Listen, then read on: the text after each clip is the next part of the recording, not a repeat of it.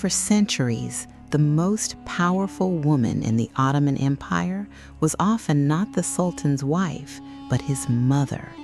She was known as the Valide Sultan.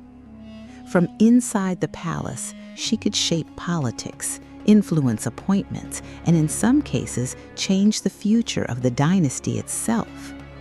By the height of the empire, it had become one of the most influential positions a woman could hold. But it wasn't always that way. There was a time when the title didn't exist. No woman had held it. No one knew what it would become. Someone had to be the first. That woman was Ayşe Hafsa Sultan. She wasn't born into power. As far as the surviving record tells us, she wasn't even born with a name history thought worth preserving. For centuries, though, nobody questioned who she was. The story seemed settled. She was said to be the daughter of the Crimean Khan, a princess, a woman who entered the Ottoman dynasty already carrying royal blood. It was a neat explanation, one that appeared in chronicles, passed from one historian to another, and survived for generations. Then scholars began comparing those old accounts with the Ottoman palace records. Something didn't fit. The two stories told very different lies, and if the palace records were right, the woman remembered as the first Valide Sultan may never have been a princess at all. Very little is known about Ayşe Hafsa's life before Suleiman. That isn't unusual. Most women who entered the Ottoman court during this period left almost nothing behind. No portraits, no personal letters, in many cases, not even a confirmed birthplace. They appear briefly in palace records, then disappear again. Hafsa was almost certainly one of them. If you're expecting a story like Hürrem's or Kösem's, filled with court intrigue and detailed accounts, this isn't that story. Hafsa lived a generation earlier, when the women of the imperial household remained largely in the background. Her early life survives only in fragments. Even her origins are uncertain. What the surviving records suggest is that she was not a Crimean princess after all. Most historians now believe she was a woman of slave origin who entered the household of an Ottoman prince while still in her teens. His name was Selim. At the time, he was simply one prince among several sons of the ruling dynasty, governing the province of Trabzon on the Black Sea coast. Like every Ottoman prince, he had been sent away from the capital to prove he could govern before anyone trusted him with something greater. His household was filled with women like Hafsa, concubines, servants, attendants. Most would pass through those palace walls without leaving a mark on history. They served the household, raised children if they were fortunate enough to have them, and were remembered by almost no one after they were gone. Had history taken even a slightly different turn, Ayşe Hafsa would probably have been one of them. She wasn't, and the reason was a prince who kept returning to the same woman. Before we go further, hit those likes and subscribe buttons for us. And now, let's go back to Hafsa. Something kept Hafsa close to Selim for longer than most women in his household. Over the years, they had their first child, a daughter named Hatice. Then came another daughter, Fatma. Then Hafiz. And finally, Behan. 4 daughters, one after another. Still no son. Under the customs that governed the harem at the time, once a concubine gave birth to a son, her role in bearing children for that prince generally came to an end. It was a system built around producing a single male heir per woman, at least in principle. A woman who had only daughters remained, in a sense, still in play. Over several years, and through the birth of 4 daughters, he continued coming back to the same woman in a household full of others he could have turned to instead. It's tempting to call that love. We can't, not honestly. Early Ottoman princes did not generally approach their concubines through romance. Selim himself is remembered by historians as one of the last sultans to govern the harem by the older, stricter tradition before later generations of the dynasty began to shift the culture around it. The institution existed, first and foremost, to produce heirs. Affection, where it existed at all, was rarely recorded and never assumed. But something drew Selim back to Hafsa repeatedly for years. Some historians believe Hatice, that first daughter, may have been among Selim's favorite children of all the ones he had. Whatever the reason, whatever quiet dynamic existed between them that no letter or chronicle preserved, Hafsa held her place in his household through daughter after daughter, in a system that offered most women no such permanence. Then, in 1494, everything changed. Hafsa gave birth to a son. They named him Suleiman. At that moment, he was simply another Ottoman prince.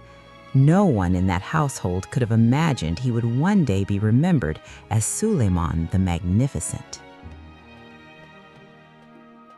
Ottoman princes did not stay in one place for long. As they grew older, they were sent from province to province, each one harder than the last, each one another test of whether they were ready to eventually rule an empire that stretched across 3 continents. It was a brutal, unforgiving system. Princes who failed these tests or who were simply outmaneuvered by their brothers rarely got a second chance. Wherever Suleiman went, his mother went with him. In 1509, he was posted to Kefe, a port city on the Crimean coast. Hafsa ran his household there, managing his staff, his finances, the entire domestic machinery that kept a young prince's court functioning while he learned to govern. And in the palace's own financial records, something stands out. Hafsa was granted a stipend of 1,000 aspers a month.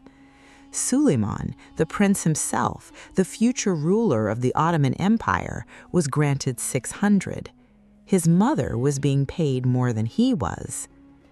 By 1513, Suleiman had been reassigned again, this time to a city called Manisa. Hafsa remained at his side, now the senior woman of his household, and her stipend increased again. By then, she was receiving 3 times what Suleiman himself was paid. No surviving record explains why the difference was so large, but the numbers tell their own story. Hafsa was no longer simply living beside the future sultan. She had become one of the most important people in his household. Manisa was where Suleiman came of age. It was also, according to one account, where his mother's judgment may have saved him. The story comes from the 16th century writer Guillaume Postel. Historians have never been able to confirm it, but it has survived for centuries because of what it suggests about Hafsa's relationship with her son. According to the account, Selim once tested his sons directly. He gathered them and told him he was thinking of stepping down from the throne. Then he asked one by one which of them wanted to take his place. The sons who answered eagerly, the story says, did not survive what came afterward. Ambition in a system this dangerous could be read as a threat. He told his father that he was his servant, not his son, and that even after his father's death, ruling the empire would bring him nothing but grief. He turned down a throne his father was likely never really offering to give away in the first place. The account credits his mother for that answer. She understood the question for what it really was and made sure Suleiman knew exactly how to answer it. We can't confirm the story happened this way, but one detail about it is beyond doubt. Suleiman survived. In 1520, Selim died of natural causes. His son became sultan. Hafsa left the provinces behind for good and moved to Istanbul. into the old palace where the women of the Ottoman dynasty traditionally lived once their sons took the throne. There, a quiet change began. She started signing her letters with 3 words that had never carried official weight before: Valide Sultan, Mother of the Sultan. At first, it wasn't an official title. No decree created it, no law introduced it, but her son now ruled the Ottoman Empire, and with every letter she signed, the title became a little more established. Eventually, Suleiman made it official. He granted his mother the title Valide Sultan, making her the first woman in Ottoman history to bear the Sultana title, despite not having been born into the Ottoman dynasty or any royal family. For centuries, people believed Hafsa had been a Crimean princess. We now know that was almost certainly not the case. The woman who became the first Valide Sultan was, by most accounts, of slave origin. Yet she had become the highest-ranking woman in the empire. Every Valide Sultan who followed over the next 3 centuries inherited a position that did not exist until Ayşe Hafsa Sultan. For all the titles Hafsa received, it is her letters that tell us the kind of woman she was. The ones that survive follow the formal language expected when writing to a reigning sultan, but every so often the formality slips and a mother's voice comes through instead. She called Suleiman the light of my eye and the joy of my heart. In one letter, written in her own hand rather than by a palace scribe, she shared a small story about a servant in her household. It wasn't political, it wasn't important to the empire, it was simply something she wanted her son to know. She told him she missed him. Then she sent him a gift: black-eyed peas. She even wrote that no treasure would ever be worthy of him, so she was sending something simple instead. The bond between them did not go unnoticed. A Venetian report from around 1526 described Hafsa as a beautiful woman in her late 40s, adding that Suleiman held her in great respect and affection. That same year, after his victory at the Battle of Mohawks, he made sure his mother heard the news from him first, writing to her himself instead of allowing the message to reach her through palace officials. Power for Hafsa was not only political, it was something people could see. Not long after Suleiman became sultan, she began building a mosque complex in Manisa, the city where she had once lived with him as a prince. It became larger than anything commissioned by an Ottoman concubine before her. The complex included a mosque, a religious college, a primary school, a hostel for traveling dervishes, and a soup kitchen that served the local community. Later, Suleiman expanded it with a hospital and a public bathhouse, both built in his mother's name. The mosque carried one remarkable feature: 2 minarets, an honor usually reserved for sultans. Hafsa also made sure the complex could support itself. In 1518, she bought dozens of shops and market stalls near Izmir and used the income to fund its upkeep. She even encouraged families to settle nearby by offering tax exemptions. Her influence reached beyond architecture. When Prince Alim Shah died, leaving behind young daughters, Hafsa helped care for them. She also supported women connected to other branches of the dynasty whenever they needed her help. Even her own family turned to her. When her son-in-law Ferhad Pasha was sentenced to execution, Hafsa tried to save him. She failed. Even the first Valide Sultan had limits. But the attempt says something about the kind of woman she had become. She wasn't simply holding a title. She was using it whenever she believed she could make a difference.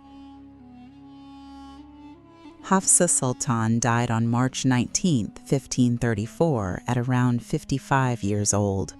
She was buried beside her husband Selim at the Yavuz Selim Mosque in Istanbul, where Suleiman had a separate mausoleum built in her honor. He also arranged for the Quran to be recited continuously at her tomb, a final tribute to the woman who had stood beside him from the beginning. Her death was mourned across the empire. One court historian compared her to Khadija, Fatima, and Ayşe, among the most revered women in Islamic history. It was praise few women of her time ever received.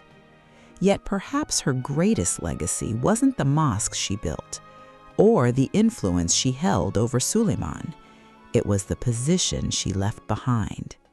When Suleiman granted his mother the title of Valide Sultan, he wasn't simply honoring her. He was giving official recognition to a position that would shape the Ottoman court for centuries. 300 years of Ottoman history would pass. Mothers would rule. Rivalries would consume the palace. Some Valide Sultans would even become more famous than she ever did. Every one of them inherited a place that did not exist until Ayşe Hafsa Sultan. If you enjoyed this video, please leave a like and let me know what you thought in the comments. I'd also love to hear whose story you'd like us to explore next. Thank you for watching. I'll see you in the next one.